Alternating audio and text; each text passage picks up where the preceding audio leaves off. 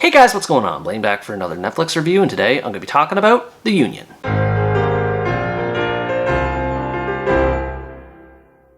The Union is an American action comedy that tells the story of Mike McKenna, an average construction worker who lives the same life he always has since graduating high school. Things take a turn when his former high school girlfriend Roxanne shows up after decades of the two not seeing each other. But Roxanne's visit isn't just for a walk down memory lane. As it turns out, she's involved with a secret syndicate of spies called the Union, which is undergoing a high-stakes intelligence mission in London and needs a complete unknown to do the job. With little time to waste, Mike must prepare for his mission while sorting out his past with Roxanne. This movie is pretty much the same as any other spy flick out there, which isn't necessarily a bad thing.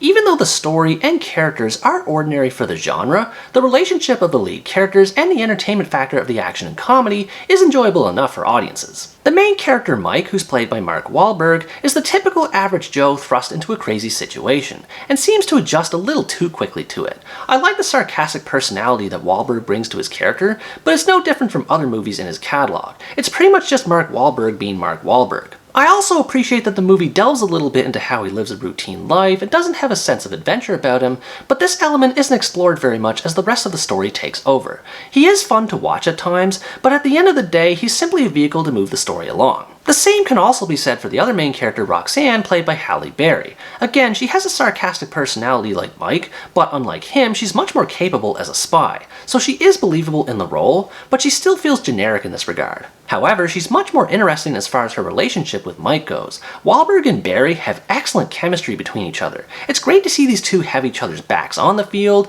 and reminisce about their memories and past romance off the field. There's both a sense of affection and animosity between them, which makes for great tension for them to develop from beyond their mission. The professional and personal sides of both characters are much better with them paired together. It's still ordinary in approach, and both characters are still disappointing by themselves, but having the history between them gives them way more depth than if they were just everyday spies, and this makes it easier to become invested in their mission. The story surrounding this mission is as bland as the characters are. It's a standard MacGuffin plot where characters have to obtain intel that's planned to be sold to opposing forces. It's a simple concept that's easily understood, but isn't very interesting, especially as I felt not much was explained in terms of the consequences of selling this intel. I was also disappointed by the lack of background information surrounding the entity that is the Union. All that's mentioned about it in this movie is that it's a secret collective of agents, but there's only a few other notable characters I consider to be agents, and none of them being on the same caliber as Roxanne. And that's not to say that the characters are bad. J.K. Simmons in particular does a good job playing the ringleader of the Union, and the other actors do the best they can with the material they're given, but their characters are still uninspired in approach, and the Union doesn't seem all that different from other organizations like the FBI. In fact, it's even mentioned in the movie that they're related to the FBI, but I guess the Union is a catchier title for a movie. Despite the lack of depth behind the Union and their mission in this movie, the story is well paced for what it is. It doesn't try to stretch scenes out longer than necessary, and there's no lengthy exposition or filler involved. It's a simple story of getting intel, and that's it. There is something to appreciate about a straightforward narrative, especially when it's designed to entertain audiences. That's where this movie excels at, starting of course with the action.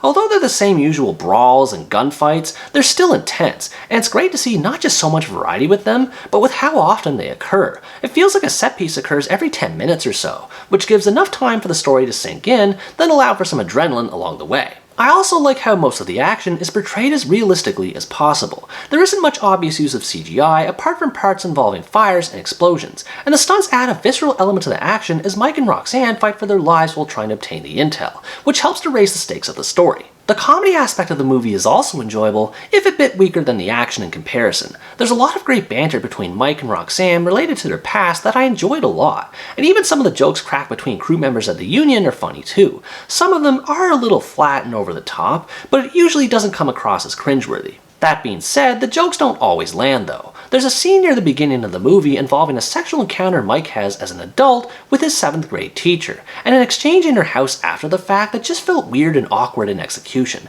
Thankfully, most of the comedy doesn't stoop down to this level, but it did make for an odd introduction. I always enjoy when spy movies of this nature explore international settings, and I'm glad that this movie does that too, especially with how it largely focuses on its London setting. There's just something about how large in scale the city is that adds a sense of spectacle to the mission the Union undergoes. The technical elements of this movie tie into this as well. Despite how relatively mundane it is, the music, production design, and cinematography all make the story feel larger than life. It has the right presentation for a bombastic spy flick being shown on an epic scale. And of course, no spy movie is complete without having some sort of twist that shakes up the plot, and this movie is no exception, though like other movies before it, it plays things safe in this regard. I understand why the twist occurs in the way it does, and I appreciate that it doesn't happen right at the end of the movie, but as with most of the story, it lacks depth and inspiration. Everything about this movie is average, but there's nothing wrong with this approach. It knows exactly what kind of story it wants to tell, doesn't try to overstretch its boundaries, and takes its audience on a ride. It's entertainment lacking substance, but still entertainment nonetheless. Overall, The Union is a decent but forgettable spy action flick that succeeds in engaging its audience through action and comedy,